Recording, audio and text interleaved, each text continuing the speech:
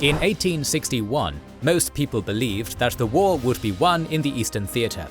However, Abraham Lincoln was terrified it would be lost in the Western Theater. If Missouri or Kentucky joined the Confederacy, the Union's strategic position would be compromised and potentially indefensible. Fortunately, the boldness of the Western Theater's Union officers and the overconfident ineptitude of the secessionists prevented either state from seceding and set the Union on the path to victory. Welcome to our latest video on the American Civil War, in which the battles of the Western Theater continue and the fates of Missouri and Kentucky hang in the balance.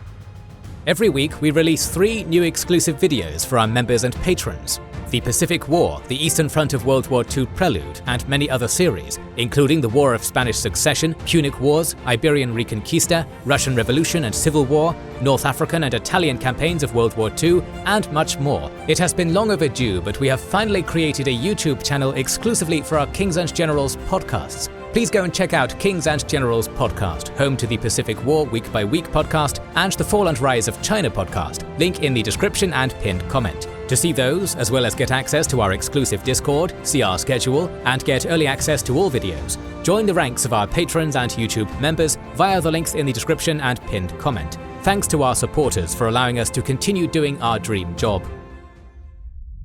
Only the states of the Deep South, whose economies were entirely dependent on the slavery-driven cotton trade, plus Texas, seceded from the Union prior to Fort Sumter. While most Upper South states held votes on secession, their more mixed economies, internal divisions, and stronger ties to free states diluted the slaveholders' fears enough to defeat secession. These states seceded after President Lincoln called for volunteers, either because public opinion shifted towards secession, as happened in Tennessee, or because secessionists manipulated the vote, as in Virginia. The northernmost slaveholding states, known as border states, remained in the Union despite local secession efforts and Confederate lobbying. Delaware was the second state to hold a secession vote, but it was rejected unanimously. Its governor Burton stated that as Delaware was the first state to enter the Union, it would be the last to leave. Meanwhile, Lincoln's post-Baltimore riot crackdown destroyed Maryland's secessionists. Missouri and Kentucky were far more delicate. Both were among the most populated and wealthy states, with strongly mixed loyalties. They'd been initially settled as slave states, but waves of immigration and changing economics caused slavery's importance to decline, especially in Missouri. Their loyalties were almost perfectly split. As the secession crisis began, Missouri's outgoing governor Robert Stewart advocated neutrality, remaining in the Union but refusing to materially aid either side, and committing state troops to repel any invasion. Incoming Governor Claiborne Jackson claimed he'd reaffirm Stewart's policy. However, his inaugural address on January 3, 1861, made clear that his sympathies lay with the Confederacy. Shortly after taking office, he and the pro-Southern legislature further revealed their secessionist inclinations by calling for a constitutional convention to reconsider Missouri's relationship with the federal government, a clear euphemism for secession. However, on March 19th, the convention voted 89-1 against secession. Despite Missouri furnishing most of the pro-slavery border ruffians and bushwhackers during Bleeding Kansas, the public strongly favored neutrality and had overwhelmingly elected Unionists to the convention. Shocked and frustrated, Jackson and his allies were undeterred, opening covert diplomatic channels to Jefferson Davis. Jackson's public and forceful rejection of Lincoln's call for troops signaled Missouri's secessionists to take action. On April 20th, a pro-secession mob seized 1,000 small arms from the Liberty Arsenal as Jackson prepared to coup the state into the Confederacy. The only obstacle was the St. Louis Arsenal. Its thick walls and federal garrison made it perilous to take by storm or subversion. Therefore, Jackson petitioned Davis for heavy artillery to breach the walls, which Davis granted. While Jackson couldn't simply take control of the state militia, he could call up part of it for training. On May 1st, he assembled the most pro-secession units for maneuvers about 4.5 miles from the arsenal, at the imaginatively named Camp Jackson. They hoped to either intimidate the Union garrison into evacuating or drive them out once the cannons arrived. Opposing Jackson was Captain Nathaniel Lyon. Lyon had developed a reputation for ruthless brutality fighting Indians in California and a burning hatred of slavery while stationed in Kansas. Lyon's friend, Congressman Francis Blair, arranged his company's transfer to St. Louis in March so Lyon could protect the arsenal not only from Jackson but from the Department of the West commander, Brigadier General William Harney. Harney was a proven incompetent who was only a general thanks to his friends in the Southern political elite. These friends had also protected him during multiple court-martials and civil trials. Blair and Lyon believed that if Harney didn't join the secessionists, he'd bungle Missouri into their hands. Harney quickly justified the paranoia. Harney thwarted Lyon's efforts to strengthen the arsenal's defenses, fearing it would provoke secessionist violence. Therefore, Blair was intrigued first to get Lyon appointed commander of the arsenal, then get Harney recalled to Washington. Once command defaulted to Lyon, he swiftly moved to covertly arm the Wide Awakes, a Republican youth organization. On April 23rd, the War Department formally ordered Lyon to take command, raise volunteers, and evacuate the weapons stockpile to Illinois. Lyon swiftly and covertly enlisted his paramilitaries and armed other militias. Jackson hadn't fooled anyone about his plans, and Lyon was determined to strike first. Learning of increased activity in Camp Jackson the night of May 8th, Lyon disguised himself and snuck in the following morning. There he discovered the Confederate artillery that had arrived the night before, plus rifles stolen from Liberty. Camp chatter indicated that Jackson intended to attack soon. Therefore, Lyon moved before dawn on May 10th and surrounded Camp Jackson with 6,000 regular soldiers and volunteers. The 669 militia surrendered without a fight. After securing the weapons and cannons, Lyon decided to march the prisoners back to the arsenal through the streets of St. Louis as a show of force. However, an angry mob gathered and started hurling insults and rocks at the column. What precisely happened is disputed, but the soldiers opened fire, killing 28. Rioting ensued and martial law was declared. In response, Jackson's legislative allies formed the Missouri State Guard, commanded by former Governor Sterling Price. Officially, the State Guard was supposed to oppose both Union and Confederate forces. However, Price was already coordinating with Arkansas Confederates to occupy southern Missouri. Harney returned, and on May 21st negotiated a truce which amounted to restricting federal authority to St. Louis. This immediately led to Unionists being driven from their homes, who began forming their own Home Guard militia. Blair convinced Lincoln to replace Harney with Lyon on May 30th in retaliation. Price, Jackson, and now Brigadier General Lyon met on June 11th, ostensibly to discuss the truce. Instead, Jackson made clear that he intended to ignore federal authority and disarm the Home Guard, while allowing anti-Unionist activity to continue. Lyon berated Jackson before declaring, "This means war." Lyon gave Jackson and Price precisely 1 hour to depart by rail before loading his troops onto steamships bound for the capital of Jefferson City. Jackson and the legislature immediately fled southwards, while Price tried to concentrate the State Guard. Lyon seized Jefferson City on June 15th before following Jackson. On the 17th, he attacked and scattered State Guard units near Boonville, forcing Price to abandon northern and central Missouri. Lyon spent June and July securing central Missouri and gathering reinforcements near Springfield, particularly German immigrants eager to serve under Colonel Franz Sigel. A series of skirmishes pulled Price into southwest Missouri, where Confederate troops under Benjamin McCulloch reinforced him. The two marched to attack Lyon while bickering over who commanded whom, but again Lyon struck first. The rebel vanguard was repulsed near Doug Springs, but Lyon discovered he was outnumbered 12,000 to 6,000 and fell back on Springfield.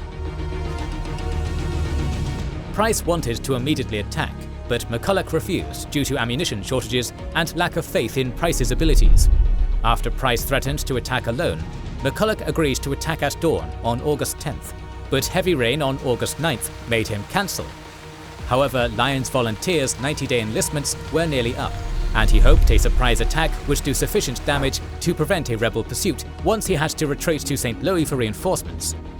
Leaving a garrison in Springfield, Lyon would take the main body and attack the rebel camp along Wilson's Creek from the north, while Sigel's 1,200 troops flanked from the south after a night march. At dawn, Lyon overran the surprised rebel camp. Shortly thereafter, Sigel's artillery scattered Confederate cavalry guarding the camp's rear, and he advanced across the creek. However, McCulloch's artillery halted Lyon's advance long enough for Price's infantry to form up. Lyon's position became known as Bloody Hill, as Price ordered first frontal then flanking attacks, which failed due to a lack of ammunition.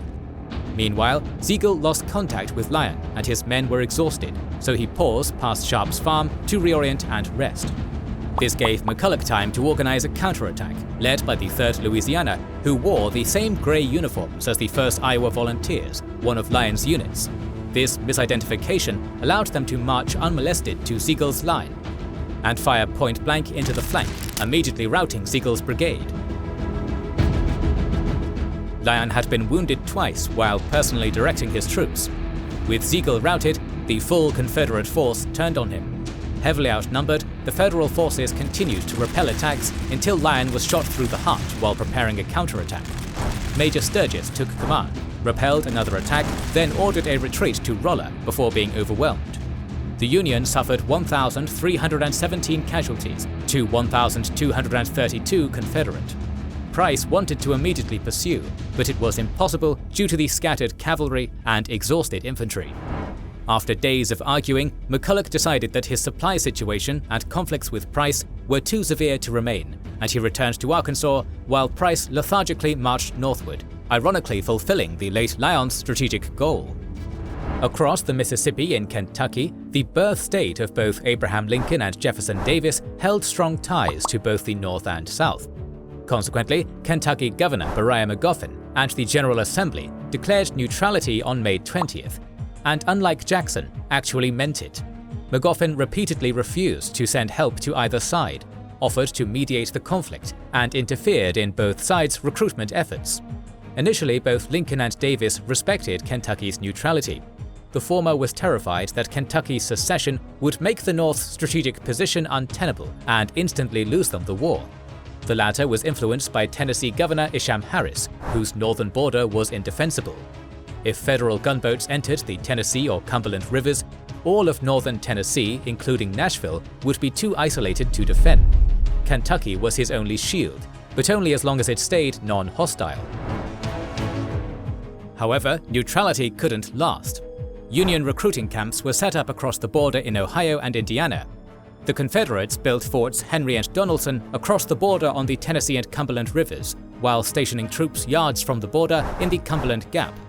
Attempts to reorganize the state military to enforce neutrality just led to a secessionist state guard and Unionist home guard forming. Peace survived the summer, but the August 5th legislative election returned veto-proof Unionist majorities in both houses. Public sentiment had shifted strongly against secession, though it wasn't pro-war. Immediately thereafter, a Union recruiting station opened in central Tennessee, and Confederate volunteers began massing near Guthrie. All that was missing was a final push. That push came from Major General John Fremont, who superseded Lyon as department commander on July 25th. Fremont was a military explorer, vocal abolitionist, and a failed presidential candidate who struggled to control the chaos in Missouri. On August 30th, he declared martial law throughout the state to enforce order. Tucked into the declaration was a clause emancipating rebel-held slaves. The uproar in Kentucky was so great that Lincoln feared it would drive the state to secede, and repudiated the declaration. In response, Fremont ordered the Union commander in Cairo, Brigadier General Ulysses S. Grant, to prepare to occupy Columbus. However, the Confederacy acted first. Former Episcopalian bishop turned Major General Leonidas Polk had convinced himself that Columbus needed to be occupied and fortified immediately, a decision helped by Columbus being the center of Kentucky secessionism. Seeing increased Union activity in Cairo and probably unaware of Fremont's plans, Polk occupied Columbus on September 4th and began building a fortress he called Gibraltar of the West on the Mississippi River. Grant informed Fremont and occupied Paducah bloodlessly on September 6th. Magoffin immediately protested to both governments, while Harris and Department Commander General Albert Johnston protested to Richmond. Davis had promised Magoffin and Harris only days before that the Confederacy would never violate Kentucky's neutrality. However, Davis accepted Polk's claims that the necessity justified the action, to Johnston's horror. Instead of defending a narrow line along Tennessee's western border, he now had to hold a line from Columbus through Bowling Green to the Cumberland Gap. If the Federals found any gap in that line, Kentucky, and with it Nashville, were indefensible. Polk's impetuousness was a strategic disaster, especially once the pro-Union Assembly overrode Magoffin's vetoes and welcomed Union intervention. Meanwhile, Price had failed to retake Missouri. Despite being unopposed, thanks to chaos and inefficiency in Fremont's headquarters, Price's northern march was lethargic at best. His only real success was capturing Lexington after a week-long siege. In July, the Constitutional Convention reconvened in Jefferson City and declared itself Missouri's government, as Jackson's government had effectively vacated their posts. While the legislature had reconvened in Neosho, it was powerless, and many legislators were abandoning Jackson. Worse, Fremont finally advanced out of St. Louis on September 26th with overwhelming numbers, and Price rapidly retreated south, abandoning all his summer gains. Shortly before fleeing Missouri, Jackson's government voted for secession on October 28th, despite not having that power and likely lacking a quorum, which was necessary for legal legitimacy. However, Davis ignored the legal questions and added Missouri's star to the Confederate flag.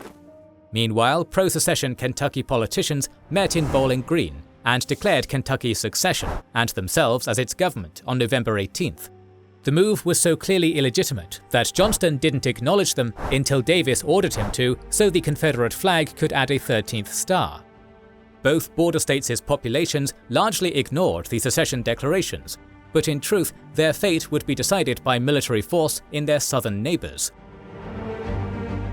Johnston was increasingly convinced that Kentucky was already lost, as Don Carlos Buell's growing army in Lexington alone outnumbered his department. Worse, his subordinates were liabilities. Polk only reluctantly followed orders and quarreled about everything, but couldn't be removed due to his political connections. Several of Davis's other political generals lost battles to Colonel James Garfield and Brigadier George Thomas in eastern Kentucky. Confederate Kentucky was already crumbling. In the Union camp, Lincoln removed Fremont from department command and replaced him with Henry Halleck in October. Officially, Fremont was removed for severe financial mismanagement, indistinguishable from rampant corruption. Unofficially, Fremont needed punishing to placate pro-slavery Unionists. Halleck was an able administrator and scholar who quickly fixed Fremont's mess.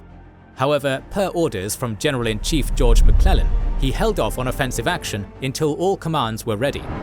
However, Grant and Flag Officer Andrew Foote of the Western Gunboat Flotilla convinced him that Fort Henry was vulnerable and were allowed to attack in February.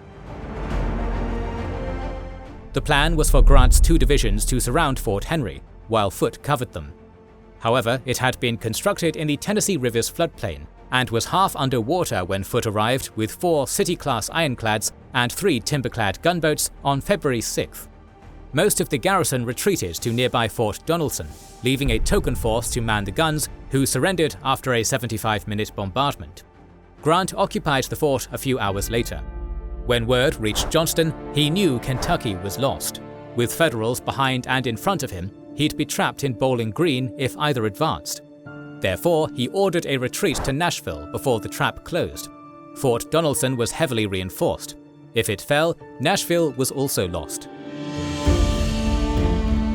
Grant intended to move against Donelson immediately in case Halleck recalled him, but heavy rains submerged Henry and made the roads impassable. Instead, Foote launched a raid down the Tennessee, while Grant waited for reinforcements and better weather. Fort Donelson sat above the Cumberland on cliffs and was protected by about 16,000 infantry and 700 cavalry. However, the senior officer was Brigadier General John Floyd, whose only military experience was as James Buchanan's Secretary of War. Having no idea what he was doing, Floyd largely deferred to Brigadier General Gideon Pillow, who had demonstrated military mediocrity in Mexico. The only competent officers were the junior Brigadier General Simon Bolivar Buckner and Cavalry Colonel Nathan Forrest. Grant finally started moving on February 12th with 15,000 men. Forrest detected the march and warned Floyd.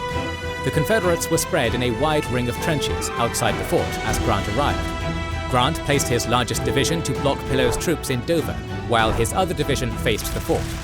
Some light skirmishing broke out on the 13th, and Foote tested the defences with 1 ship. Grant was waiting for Foote and additional reinforcements to arrive, while Floyd didn't know what to do and didn't know what advice to listen to. On February 14th, Foote arrived with 10,000 reinforcements, bringing Grant's strength to 25,000. Floyd finally called a war council at 1100 and concluded that Fort Donelson wasn't defensible. Pillow was ordered to prepare a breakout before evacuating to Nashville. However, the attack faltered when Pillow lost his nerve once Grant counterattacked. Sensing the rebels' fear, Grant asked Foote to attack, hoping to repeat Fort Henry. Foote engaged at 1500, but his gunboat's decks were unarmored and helpless against plunging fire from the fort, and a wounded Foote retreated at 1630. That night, Grant decided to prepare a proper siege, while Buckner advised another breakout attempt. Freezing rain kept Grant's troops awake, so the dawn attack didn't surprise them. However, Grant had left to confer with Foote, thinking another breakout was impossible and hadn't designated a second in command. A flank attack by Forrest's troopers, combined with a frontal attack by Pillow's infantry, pushed back the Union flank along Lick Creek. However, confusion reigned in the Confederate camp, and the attacks were uncoordinated, as the generals argued amongst themselves. Still, by 1230, the escape route was open.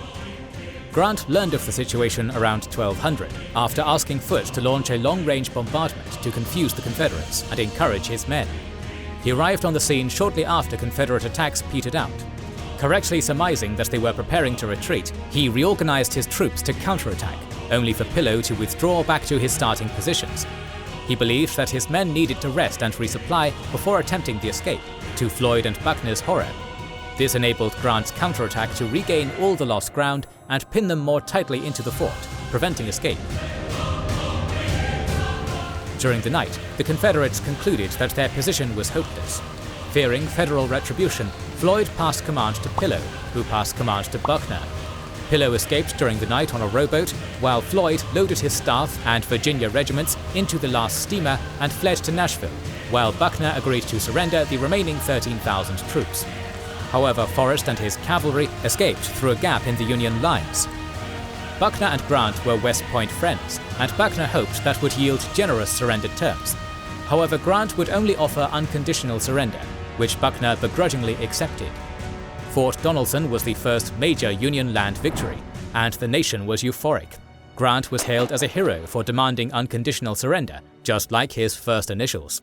Lincoln took notice and promoted him to Major General.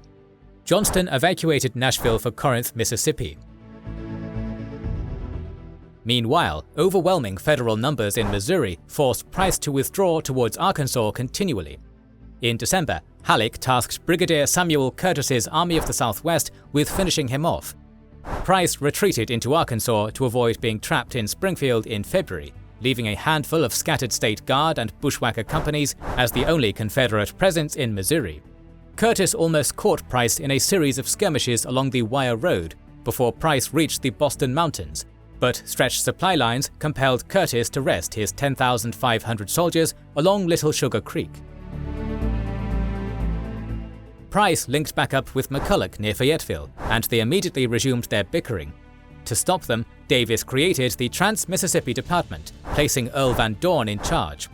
Van Dorn arrived in late February, taking command of 15,000 Confederate and State Guard troops, plus 800 mostly Cherokee Indian cavalry. The tribes of the Indian Territory had little love for the Federals, and many were slaveholders, making them allies of the Confederacy. Van Dorn decided to attack and trap the outnumbered Curtis. Audaciously, he planned to swing around Curtis and cut his supply and communication lines before attacking his rear. Speed was key to the operation, so Van Dorn separated from his supply train and ordered his soldiers to carry only 40 rounds of ammunition, 3 days' rations, and a blanket. The forced march began in freezing rain on March 4th. Curtis learned of Van Dorn's advance on March 5th.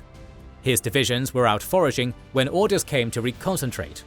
About 400 men were too far west to return, and Sigel returned from Bentonville so slowly that he and his rearguard should have been captured March 6th, but the Confederate cavalry took the wrong road and missed their chance. Curtis placed his 4 divisions on the bluffs north of Little Sugar Creek, expecting Van Dorn to attack from the south.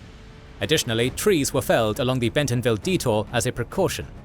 This was fortunate, as the detour along Pease Ridge Plateau was Van Dorn's route to Curtis's rear at Elkhorn Tavern. The obstructions plus exhaustion prevented him from reaching Elkhorn by daylight on March 7th. to speed up the march, he split the army. He and Price would continue on the detour, while McCulloch used Ford Road to reach Elkhorn. Federal patrols noticed the Confederates on the detour, but didn't know if it was the main body. Curtis dispatched Dodge's brigade to Elkhorn and Osterhaus's brigade to Leytown to reconnoiter. First contact came at 0930, when Price's vanguard encountered Union scouts north of Elkhorn. The rest of Carr's division hurried to support Dodge, but rather than use his numerical advantage, Van Dorn waited to deploy in a line fully. Carr sent his advance brigade forward, and the counterattack temporarily halted Price's advance. However, Price's superior numbers let him outflank Carr, who blocked the effort with his remaining brigades but was steadily pushed back. At 11:30, Osterhaus discovered McCulloch's troops nearing his position. His cavalry company immediately attacked to stall McCulloch, and Osterhaus warned Curtis, who dispatched Colonel Jefferson C. Davis's division. The Federal cavalry was scattered by 3,000 Confederate cavalry, and the Cherokee overran several infantry companies before being routed by artillery fire. McCulloch was killed by a Union sharpshooter as he led the infantry attack. His replacement was killed shortly thereafter, and his replacement was captured as the attack faltered amid the command confusion. Davis arrived and halted the attack, which caused the confused Confederates to collapse at 15:30. Some units retreated east to link up with Van Dorn and Price. Others retreated the way they came, and a few were left behind and kept fighting until nightfall. Van Dorn learned about the fighting in Leytown around 1400. Realizing that the rendezvous wouldn't happen, he ordered more aggressive attacks on Carr's division. Curtis and his 2nd Division arrived and helped Carr hold Price in Roddick's Field at 18:30. During the night, parts of McCulloch's division linked up with Van Dorn. The supply train was supposed to arrive too, having travelled by another road, but it went to the wrong location. Nearly out of ammunition and food, Van Dorn hoped that Curtis would retreat in the morning, letting him claim victory. Instead, Curtis concentrated his forces south of Elkhorn and attacked, with Sigel's unengaged division leading. The Confederates were in headlong retreat by 1100. Curtis reported 1,384 casualties, while Van Dorn suffered around 2,000, while claiming he wasn't defeated but failed in his intentions. Regardless, he was ordered to abandon both Missouri and northern Arkansas and cross the Mississippi to help defend Corinth. Many of Price's state guard deserted, and no serious effort was made to retake Missouri until 1864. The border states had been secured for the Union. In our next video in this series, the Confederacy will try to retake the initiative in the Western Theater. To make sure you don't miss that, please subscribe and press the bell button. Please consider liking, subscribing, commenting and sharing, it helps immensely. Our patrons and YouTube members can watch more than 200 exclusive videos. Join their ranks via the link in the description or by pressing the join button under the video to watch these weekly videos, learn about our schedule, get early access to our videos, access our private Discord, and much more. This is the Kings and Generals channel, and we will catch you on the next one.